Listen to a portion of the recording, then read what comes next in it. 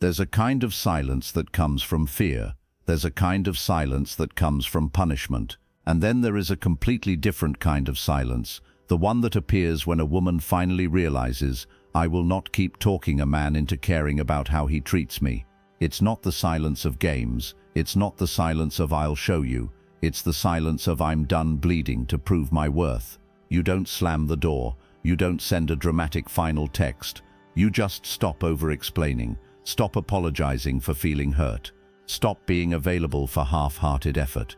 From the outside, it might look like you're just quieter now, but inside your psyche and inside his, something huge shifts. If you've ever felt that shift, or you wish you could step into that kind of feminine silence, pause with me for a second. Type the words soft power in the comments. You don't need to tell your story. That phrase is just you quietly saying to your own soul, I'm allowed to be both soft and strong. I don't need to shout to be powerful. From my side, writing these long Jung-inspired reflections takes real time, focus and emotional energy. If you ever feel moved to support this work, there's a Buy Me a Coffee link in the description. It's never expected, but it genuinely helps me keep creating these depth-centered scripts for women like you. You'll also find a playlist in the description, videos on feminine energy, self-respect, Jungian psychology and old soul relationships. Save it. Come back to it when you feel yourself slipping into over-explaining or chasing. Now, through a Jungian lens, let's talk about the kind of feminine silence that doesn't come from fear or punishment, but from self-respect, and why that silence can be the moment a man is finally forced to rethink how he treated you. Why explaining never seems to land. You know the pattern. He says something careless. He dismisses your feeling. He pulls back, goes cold, or forgets the effort you're always giving. You feel that sting in your chest, and you do what you were trained to do. You explain. You say, I'm not attacking you. I just feel I only reacted that way because I just want you to understand. It hurts me when you think, if I can just say it clearly enough, he'll get it. But Jung would say that when someone is identified with their shadow, the part of them that doesn't want to see their own selfishness, laziness, or lack of empathy, they don't hear your truth. They hear threat. To avoid looking at themselves, they might minimize. You're overreacting. Deflect. Why are you making a big deal out of nothing? Reverse blame. You're always starting drama. Go cold and withdraw, making you chase their attention again. So you explain harder. You lengthen your messages, soften your tone, bend your boundaries. Every time you over-explain, you shift the focus from, did I treat her well, to is she too sensitive? Is she too much? Your words become a fog he can hide in. It's not because you're not clear, it's because he's not ready or not willing to see himself. That's where feminine silence comes in. Not the slammed door silence, not the blocked without a word silence, but the quiet, steady silence of a woman who realizes, I won't drag you into self-awareness. I'll just stop participating in what hurts me. 3 kinds of silence, and only one has power. Not all silence is powerful. Some silence actually keeps you stuck. Let's look at 3 types.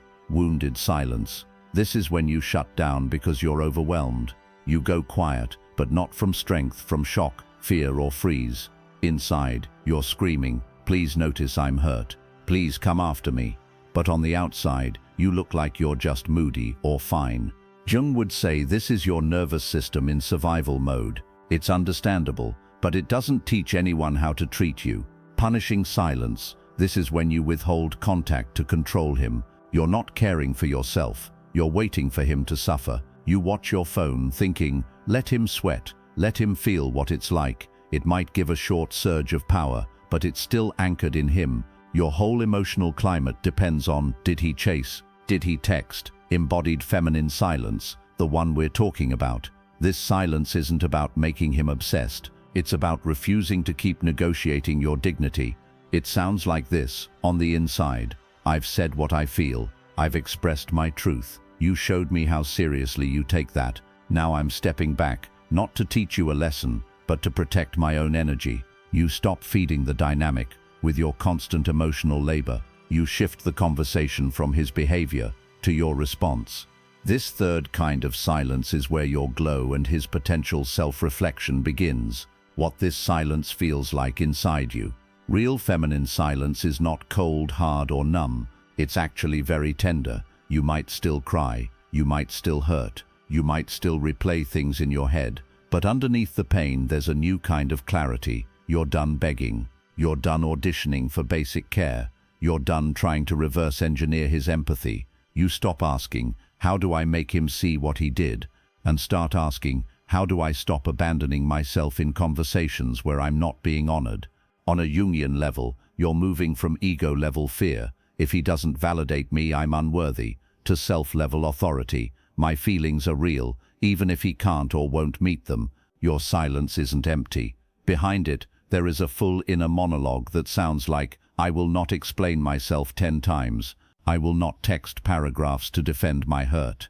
I will not chase someone who goes passive every time I bring up my reality. You begin to hold your own hurt with more compassion, instead of throwing it at him hoping he'll cradle it for you. You become both witness and protector of your heart. That, right there, is a massive psychic shift. What this silence feels like inside him, if he's capable of reflection. Let's be honest, not every man will rethink how he treated you. Some will simply slide into the arms of someone easier to avoid themselves with. Some will tell themselves, she's dramatic, and move on. Some don't want growth, they want comfort. But for a man who is capable of growth, your silence creates a psychological vacuum. He's used to you reaching out first, you smoothing over tension, you explaining what went wrong, you patching things every time he withdraws. Your words have been a cushion between him and his conscience. When that cushion disappears, he's left with the echo of the last thing you said, the memory of how he behaved, the contrast between your usual emotional effort and your current quiet. Jung would say that this is where his shadow loses its hiding place. Before he could tell himself, she's just sensitive. Look how much she talks about feelings. Now there is nothing to push against. Your silence removes the distraction of your reactions and leaves him alone with his own behavior. He might start to feel discomfort. Did I go too far? Curiosity. Why isn't she chasing this time? Unease. Was I unfair? Was I cruel? If he has even a little self-awareness, your silence doesn't read as a game. It reads as a boundary. And boundaries, especially from women who used to overgive, are often the only thing that makes some men realize, oh, I actually hurt her. She's not just emotional. There are consequences. Again, this is not guaranteed. Silence isn't a spell to control a man. It simply gives his psyche the one thing it can never have when you're frantically arguing, explaining and chasing. A clear, uncluttered mirror. The difference between silence and emotional shutdown. It's important to be clear. Feminine silence isn't you folding into yourself forever. It's not disappearing until he guesses what's wrong. It's a conscious choice to step back from emotional labor. He isn't meeting you in. Protect your nervous system and recenter your energy in your own life. Shutdown says, I don't care anymore. Nothing matters. But inside you're dying. Feminine silence says, I do care. This matters deeply, but I care about myself too much to keep begging to be heard. Practically, it might look like short, clear responses instead of emotional novels, taking longer to respond because you are actually living, not obsessively checking your phone, choosing not to revisit the same argument for the 10th time, not chasing when he needs space, and using that space to look after you, not just stare at the door. You're not weaponizing your silence, you're using it as a boundary. I am no longer available for one-sided repair. What you do with your energy while you're silent. The most powerful part isn't what he feels, it's what you do while you're not pouring everything into him. When you stop chasing, you suddenly have emotional bandwidth. You might notice you finally have energy to cook something nourishing, clean your space, or move your body. You feel called to journal and actually hear your own thoughts.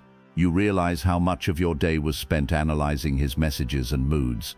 Your feminine silence becomes fertile ground for self-inquiry. Why did I tolerate that moment? Where did I learn to normalize that? Grieving, crying for the parts of you who thought love meant suffering quietly. Re-anchoring, reminding yourself what you actually want from partnership, kindness, reciprocity, emotional maturity. From a Jungian perspective, this is you withdrawing projection. You're no longer projecting your hope, your inner masculine, your potential for growth onto him. Instead, you're asking, what does my own inner masculine look like? Does he support me, structure me, protect me? How have I been abandoning my inner feminine, my softness, my intuition, by staying where I'm consistently dismissed? Your silence is not empty time, it's alchemy. You're taking back all the psychic energy you used to spend trying to get him to see you and using it to see yourself. That's when your glow changes, because now your self-respect isn't hypothetical, it's embodied in real choices. But what if he doesn't come back, apologize, or change? This is the fear that keeps many women over-explaining. If I stop talking, he'll just leave. Here's the hard truth. If a man will leave simply because you stopped chasing him after he treated you poorly, he was already leaving. You were just running behind him. Feminine silence doesn't create his lack of care. It simply stops covering it. Yes, it's possible that when you step back, he doesn't step forward. He might disappear fully, or fade out, or remain surface level. From one angle, that is devastating. From another, it is clarity. Jung would say your silence exposes the reality that was already there. You discover who only stayed because you made everything easy, who only engaged deeply when you took emotional responsibility for both of you, who never had the capacity, at least not at this stage of their life, to love at the depth you craved. That kind of revelation hurts, but it also frees you from the fantasy that if I just explained it better, it would work.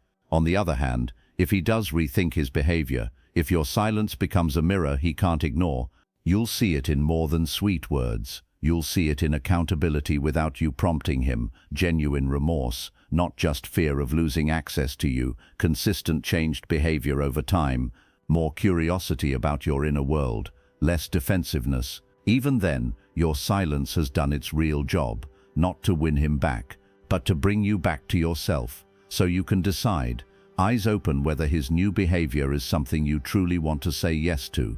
A gentle warning: silence is not a strategy for abuse. We have to be honest here too. If you're in a dynamic that is emotionally, verbally, or physically abusive, silence is not a magic tool that will transform him into a safe man. In those situations, your silence may confuse him, temporarily disarm him, or trigger more control. Jungian work is about truth, and the truth is, some men are not just emotionally immature, they are dangerous. In those cases, your evolution may not be learning the right kind of silence.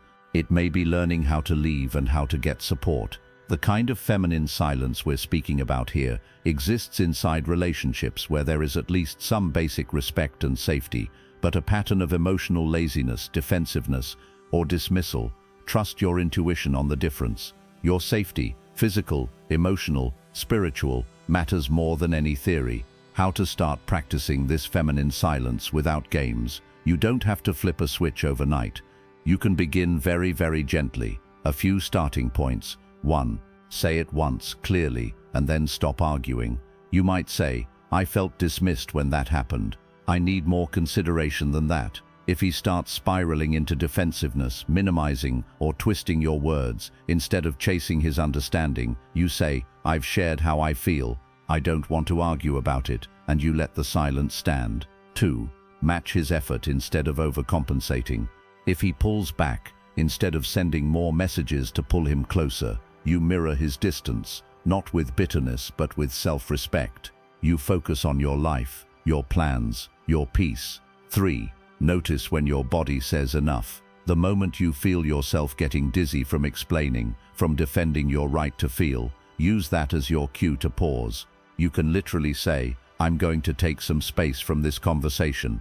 I don't want to keep repeating myself. Then honor that. 4.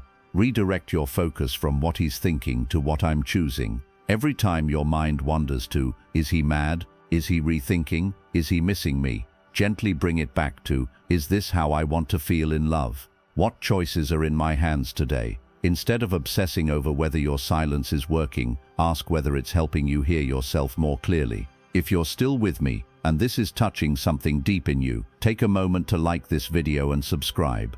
Then tap the notification bell so you don't lose this Jungian space on the days you're tempted to abandon yourself just to feel temporarily chosen. And remember, that playlist in the description is there when your heart gets loud. The glow of a woman who no longer begs to be heard. Something changes in your face when you stop begging. You don't become hard, you become quietly sure. Your eyes stop scanning every room for, does he still want me? And start asking, do I still want this version of me in this dynamic? You start taking up space again in your own life. You re-engage hobbies and passions. You abandon to monitor the relationship. You connect deeper with friends who actually check on you. You move your body, dress your body, speak from your body in ways that feel like you, not a performance. He might notice you differently, not because you're playing a role, but because you're no longer anchored on his emotional shoreline. From a Jungian angle, your anima, your inner feminine, is no longer a servant begging at the door of his validation. She has moved back into her own home, lit her own candles, and sat down with her own soul. A woman in that state is not loud, but she is undeniably powerful. Her silence says, I will always be capable of love, but I will not use that love to negotiate for the bare minimum. If you want access to my softness, you must meet me with respect. For some men, that will be the first time they truly rethink how they treated you, not because you screamed, but because you stopped filling the space where their care was missing. They are left with the outline of what you used to provide: effort, empathy, emotional work. And they have to ask themselves, what did I do with a woman who loved me like that? Did I honor her, or did I treat her like she'd always be there no matter what? Whether they ever say those words out loud or not, your silence has already done its real work. It has shown you and them what you are no longer willing to participate in. You, the woman who has cried, explained, pleaded, who has written paragraphs trying to be understood, who has stayed quiet to keep the peace, and also overspoken to avoid being misunderstood. You are allowed to learn a different kind of silence. Not the silence of fear, not the silence of revenge, the silence of self-respect. If this spoke to you, and you haven't already, type soft power in the comments. Not as a performance, but as a small contract with yourself. My feminine energy does not need to chase to be worthy. My silence can be sacred, not empty. If this video held you in any way, it truly helps when you like the video, subscribe, and tap the notification bell, so this Jungian corner of the internet stays close on the days you're tempted to talk yourself out of your own truth. From my side, these long-crafted scripts take time, focus, and a lot of heart to create. If you ever feel moved to support this work, there's a small Buy Me a Coffee link in the description. Never expected, always deeply appreciated. And don't forget, in that same description, you'll find a playlist made specifically for women like you. Soft, strong, sensitive, evolving. When you're about to sleep tonight, instead of rereading old conversations or drafting new explanations, open that playlist. Hit play and let it run softly in the background as you drift off. Your body will rest, but your subconscious will keep listening, keep healing, keep anchoring this new truth. You don't have to raise your voice or chase love that confuses you for a man with a real conscience to rethink how he treated you. Sometimes it's the quiet, grounded, feminine silence of a woman who has finally chosen herself that speaks the loudest of all.